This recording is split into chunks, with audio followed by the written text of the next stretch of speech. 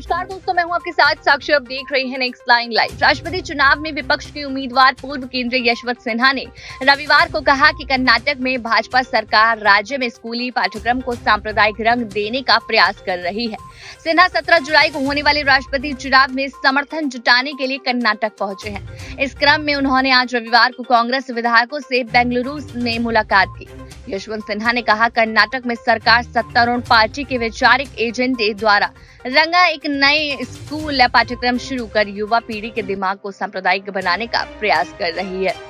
लगातार देखते हुए द्रौपदी मुर्मू को लेकर सिन्हा ने काफी चीजें कही। पूर्व केंद्रीय मंत्री ने कहा कि भाजपा के राष्ट्रपति पद की उम्मीदवार द्रौपदी का बहुत सम्मान करते हैं, जो एक आदिवासी नेता है। उन्होंने यह भी कहा कि भगवा पार्टी के उम्मीदवारों को संवैधानिक मूल्यों के लिए खड़े होने की प्रतिज्ञा करनी चाहिए और रबर स्टैम्प अध्यक्ष नहीं बने रहना चाहिए। अब सामने आ रही वीडियो में आप देख सकते हैं किस तरह से यशवंत सिंह ने बीजेपी पर बड़े आरोप भी लगाए हैं। तो देखिए ये वीडियो। उपस्थित सारे सांसद और विधायकगण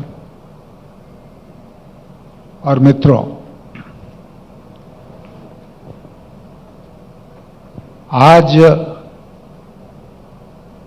यहां आकर मैं अभिभूत हूं। आई एम ओवरवेल्म्ड, क्योंकि आज यहां पर जो सर्वोत्तम है हमारे देश की लोकशाही में, उसका दर्शन आज यहां पर हम लोगों को हुआ और हमने महसूस किया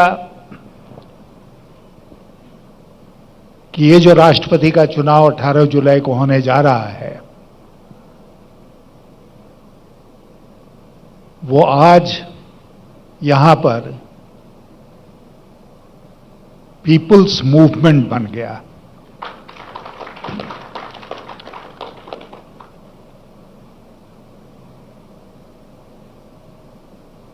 ये राष्ट्रपति का चुनाव मेरे लिए उस लड़ाई की श्रृंखला में एक कड़ी है जो कई वर्षों से मैं इस सरकार के खिलाफ लड़ रहा हूं। मैं बहुत आभारी हूं सम्मानित मुख्यमंत्री जी का कि हमारे नामांकन के दिन 27 जून को इन्होंने अपने मंत्री के.टी. रामाराव जी को भेजा था दिल्ली, और उनके आने से हम लोगों को बहुत बल उस दिन प्राप्त हुआ था।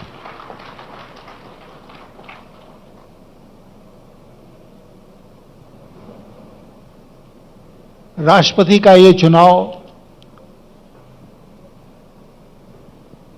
बहुत असाधारण परिस्थिति में हो रहा है और इसीलिए शायद इस बार का चुनाव कुछ विशेष है।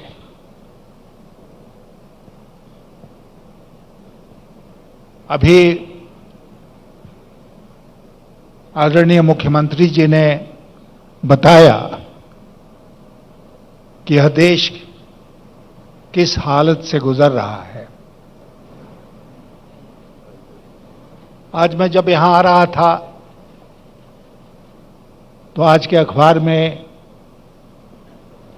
एक बहुत ही विशिष्ट हमारे देश के विद्वान हैं, नोबेल प्राइज विनर हैं अमर्त्य सेन जी, उनका एक वक्तव्य छपा है जिसमें उन्होंने कहा है कि द नेशन इज कोलैप्सिंग। ये मुल्क जो है वो बर्बाद हो रहा है, कोलैप्स कर रहा है। और हम देखते हैं कि हर दृष्टिकोण से वो कोलैप्स हमारे सामने है। 1 मिनट के लिए हम राष्ट्रपति के चुनाव को किनारे रख दें तो मैं आपसे पूछना चाहता हूं कि क्या एक नागरिक की हैसियत से हम इस बात को बर्दाश्त करेंगे कि हमारा देश बर्बाद हो जाए? प्रधानमंत्री जी से मेरी कोई व्यक्तिगत लड़ाई नहीं है, विदेश की भावना नहीं है। हालांकि इस बात का, मुख्यमंत्री जी, इस बात का मुझे जरूर सख्त अफसोस है कि नामांकन दाखिल करने के बाद मैंने उनको फोन मिलाया, मुझे बताया गया उस समय वो फोन पर उपलब्ध नहीं थे। मैंने संदेश छोड़ा कि उनसे मेरी ओर से निवेदन कीजिएगा कि जब वो लौट कर आए तो मुझसे बात कर लें। आज तक मैं इंतजार कर रहा हूं, प्रधानमंत्री जी का लौटकर फोन नहीं आया। संस्कार है। नहीं, बट ये देश के प्रधानमंत्री को क्या शोभा देता है? मैं आपसे कहना चाहता हूं कि एक साधारण नागरिक भी फोन करे तो ऊंचे से ऊंचे पद पर बैठे व्यक्ति को उस फोन का उत्तर देना चाहिए। लेकिन हमारे प्रधानमंत्री जी ने यह शिष्टाचार सीखा ही नहीं। बहुत अफसोस की बात है। तो आपको मैं बता रहा था कि बहुत असाधारण परिस्थिति में यह चुनाव हो रहा है। कुछ लोगों का कहना है कि सरकारी पक्ष से एक महिला को खड़ा किया गया है जो अनुसूचित जनजाति से आती हैं। अक्सर ये प्रश्न मुझसे पूछा जाता है और मैं इसका उत्तर ये कह के देता हूं कि ये जो चुनाव हो रहा है इसके बारे में सर्वानुमति बन सकती थी। It was possible to forge a consensus. लेकिन वो जिम्मेदारी किसके ऊपर थी? वो सरकार के ऊपर थी कि वो सबसे बात करते, आदरणीय मुख्यमंत्री जी से बात करते कि हमारी ये सोच है, आपकी क्या सोच है, कैसे सर्वानुमति बनाई जाए। लेकिन उन्होंने ऐसा नहीं किया और इसलिए ऐसा नहीं किया कि वो सर्वानुमति में, कंसेंसस में विश्वास करते ही नहीं है। वो विश्वास करते हैं कॉन्फ्रंटेशन में, टकराव की राजनीति पर चलना चाहते हैं। वो अपमानित करना चाहते हैं दूसरे लोगों को और इसीलिए उनके डिक्शनरी में कंसेंसस नाम का शब्द ही नहीं है।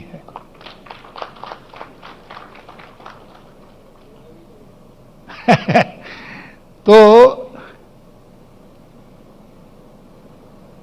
मैं आपसे पूछना चाहता हूं, एक बहुत ही प्रगतिशील और बड़े प्रदेश के आप प्रतिनिधि हैं, क्या हमारे देश में यही चलेगा? क्या एक तरफा सब कुछ होगा? क्या दूसरे की इस देश में दूसरे का की कोई इज्जत नहीं रहेगी?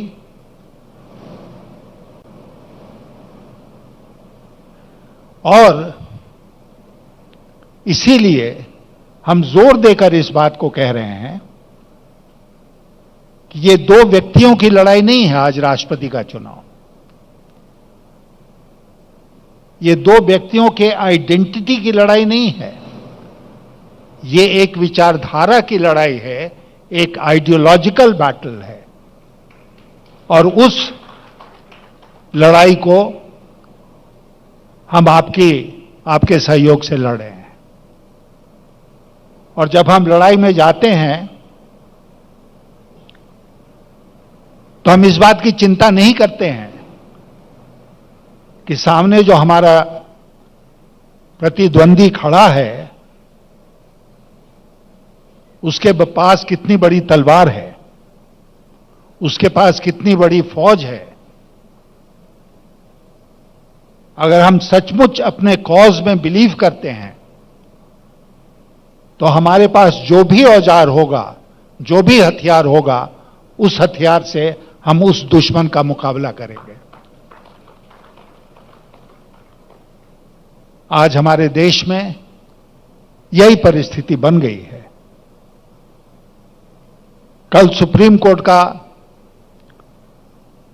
एक फैसला आया, बहुत सारा ऑब्जर्वेशन उसमें है। एक मीडिया हाउस है जिसका नाम है ऑल्ट न्यूज, और एक जुबैर साहब हैं जो उसको चलाते हैं।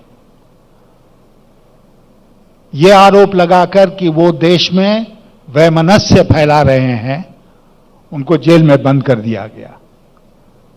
लेकिन भारतीय जनता पार्टी की उस प्रवक्ता को, जिसने जहर फैला दिया इस देश में, उसके खिलाफ कोई कानूनी कार्रवाई अभी तक नहीं हुई है। क्या प्रधानमंत्री जी हैदराबाद में जब भाषण देंगे तो इस पर प्रकाश डालेंगे? प्रधानमंत्री जी जैसा मुख्यमंत्री जी ने कहा, गला फाड़ फाड़ कर भाषण देते हैं, हर विषय पर बोलते हैं, मन की बात करते हैं, लेकिन इस विषय पर बिल्कुल खामोश हैं। एक शब्द उन्होंने नहीं बोला। अमेरिका के राष्ट्रपति ने जब एक स्कूल में कुछ बच्चों की मौत हो गई थी तो वो तुरंत देश के सामने आए और उन्होंने अपनी बात रखी, अपना अफसोस जाहिर किया। हमारे प्रधानमंत्री जी 8 वर्षों में उनको हिम्मत नहीं हुई कि वो एक प्रेस कॉन्फ्रेंस करें। सारा संवाद एक तरफा है। क्या यही लोकशाही है? क्या यही प्रजातंत्र है कि एक आदमी बोलेगा और 140 करोड़ लोग सुनेंगे? ये हमारे देश में आज हो रहा है और इसके खिलाफ हमें लड़ना है। आज ये चुनाव, जैसा मैंने आपसे कहा, यहां आने के बाद कि ये एक पीपुल्स मूवमेंट बन गया है।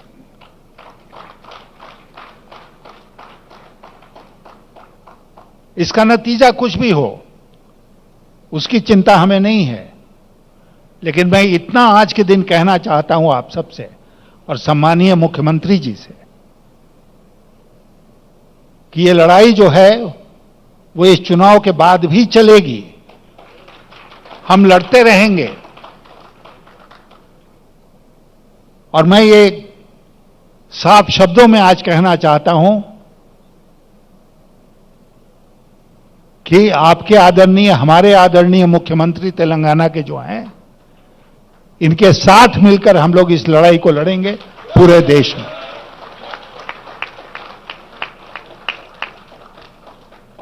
मैं इनसे फिर मिलूंगा, क्योंकि अभी हवाई अड्डे से यहां तक आते आते हम लोगों ने कुछ बातें की हैं,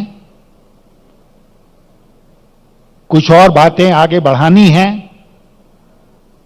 तो हम इनसे फिर मिलेंगे, फिर बात करेंगे कि इस लड़ाई को आगे कैसे बढ़ाया जाए।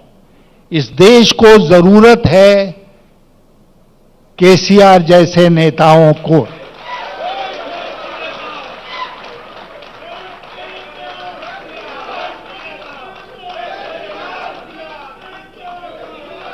और मैं इसलिए इनकी इज्जत मैं इसलिए इनकी इज्जत नहीं करता हूं केवल कि इन्होंने इस प्रदेश में चुनाव में भारी बहुमत हासिल किया। मैं इसलिए इनकी इज्जत करता हूं कि ताकत मिलने के बाद इन्होंने इस प्रदेश को आगे बढ़ाने में, इसको अग्रणी प्रदेश बनाने में बहुत कम समय में बहुत कुछ करके दिखाया है। ये एक मिरेकल है। Telangana is a miracle today. It's a miracle state.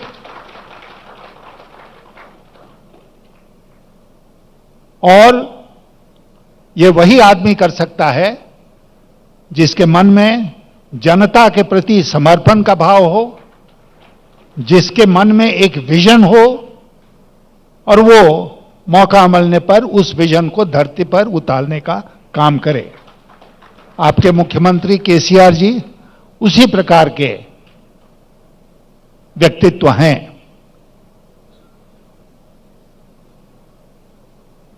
इसलिए ये जो लड़ाई हम लड़ रहे हैं, लोकशाही की लड़ाई है।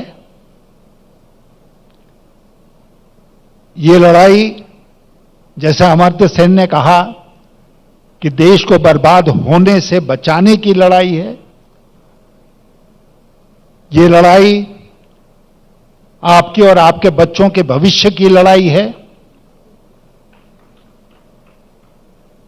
ये लड़ाई भारत के भविष्य की लड़ाई है।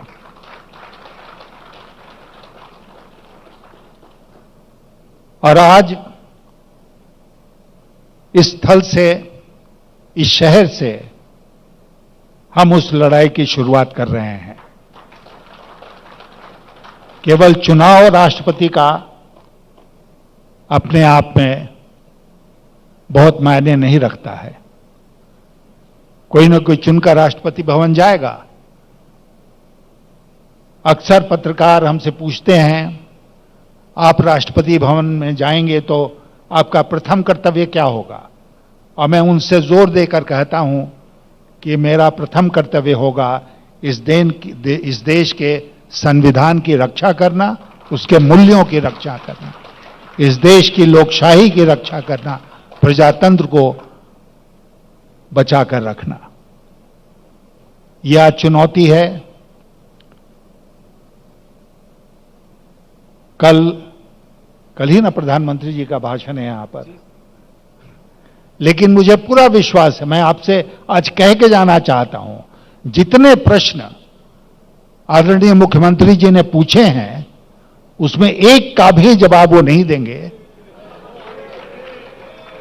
वो इसलिए नहीं जवाब देंगे कि उनके पास जवाब है ही नहीं। He has no reply. And that's why he will not answer a single question which has been posed to him today by the Honorable Chief Minister. देश का दुर्भाग्य है। देश का दुर्भाग्य है कि यहां पर संवाद ही खत्म हो गया। There is no dialogue. There is no conversation taking place. और जब डायलॉग नहीं होगा तो कंसेंसस कहां से बनेगी? मुझे याद है, मैं उस लोकसभा का सदस्य था, केसीआर साहब भी उसके सदस्य थे, और मेरे मन में इनके प्रति जो इज्जत है वो उस दिन से है जब अकेले लोकसभा में तेलंगाना अलग राज्य बनाने के लिए इनकी आवाज उठती थी। और सचमुच में उस समय बहुत कम लोगों को ये भरोसा था कि जैसा मुख्यमंत्री जी ने स्वयं कहा कि एक दुबला पतला आदमी खड़ा हो जाए तो उसका सपना साकार हो जाएगा। लेकिन इन्होंने अपना सपना, उस सपने को साकार किया। और तेलंगाना राज्य अलग पृथक राज्य बना और बात वहीं तक नहीं रुकी। आज देश के अग्रणी राज्यों में तेलंगाना की गिनती होती है। तो सत्ता जो है, स्टेट पावर आप चाहते हैं इसके लिए कि उससे आप लोगों की भलाई कर सकें। स्टेट पावर आप इसलिए नहीं चाहते हैं कि आपके पास जितनी ताकत है, आपके पास जितनी एजेंसियां हैं, उसका आप अपने राजनीतिक प्रतिद्वंदियों के खिलाफ इस्तेमाल करके दुरुपयोग करें उनका, जैसा आज हम देख रहे हैं। आज ही अखबार में हम लोगों ने पढ़ा 2004 का कोई एफिडेविट था शरद पवार साहब का, उनको नोटिस मिल गई इनकम टैक्स की। इतना दुरुपयोग, मैं आपसे कहना चाहता हूं, मैं 5 वर्षों तक अटल जी की सरकार में इस देश का वित्त मंत्री था। एनफोर्समेंट डायरेक्टरेट ईडी उस समय वित्त मंत्रालय में हुआ करती थी। मेरे दिमाग में दूर दूर तक ये बात नहीं आई कि हमारे जो विरोधी हैं राजनीति में, उनके खिलाफ इसका दुरुपयोग किया जाए।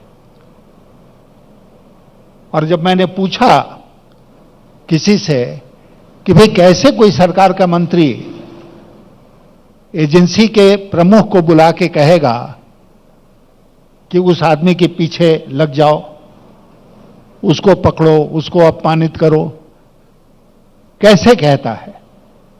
मुझे तो ये कहते हुए बहुत शर्म महसूस होती कि मैं बुलाकर उनको कहता, प्रमाण हो या ना हो, उस व्यक्ति को परेशान करना है, वो मेरे मुआफिक नहीं है, इसलिए तुम उसके पीछे पड़ जाओ। लेकिन आज ये प्रत्यक्ष देखने को मिल रहा है। इतना दुरुपयोग सरकारी एजेंसियों का इसके पहले कभी नहीं हुआ है, और वो भी राजनीति के लिए। तो इसलिए क्या हम चुपचाप देश को बर्बाद होते देखेंगे? क्या हमारा यह कर्तव्य नहीं बनता हुआ है, चुने हुए प्रतिनिधि के रूप में, एक नागरिक के रूप में, कि हम इसका विरोध करें? और मुझे पूरा विश्वास आज हो गया यहां आने पर हैदराबाद, और आप सबका उत्साह देखने के बाद, कि इस देश में लोकशाही को कोई हरा नहीं सकता है।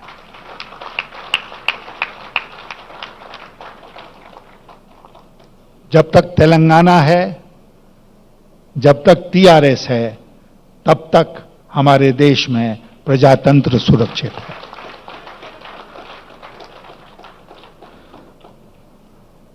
आया था आपसे समर्थन मांगने के लिए। मुझे पहले ही विश्वास दिलाया था जब मुख्यमंत्री जी से मेरी बात हुई थी, और जब केटीआर आ गए थे हमारे नामांकन में, तो पूरा विश्वास हो गया कि हमें यहां का समर्थन मिलेगा। लेकिन यहां आने के पहले, और मैं इस बात को स्वीकार करता हूं क्योंकि कई जगह घूम के आ रहा हूं, मुझे अपने मन में यह विश्वास नहीं था, विश्वास था कि वोट मिल जाएगा, लेकिन यह विश्वास नहीं था कि इतना स्वागत होगा, यह विश्वास नहीं था कि आज यहां से एक नए युद्ध की शुरुआत होगी, और वो राष्ट्रपति चुनाव में खत्म नहीं होगी, उसके आगे भी चलेगी, और हम सब मिलकर उस लड़ाई को लड़ेंगे। मुख्यमंत्री जी, आपका बहुत बहुत धन्यवाद, आप सब मित्रों का धन्यवाद, और आप सबको मेरी शुभकामनाएं। जय तेलंगाना।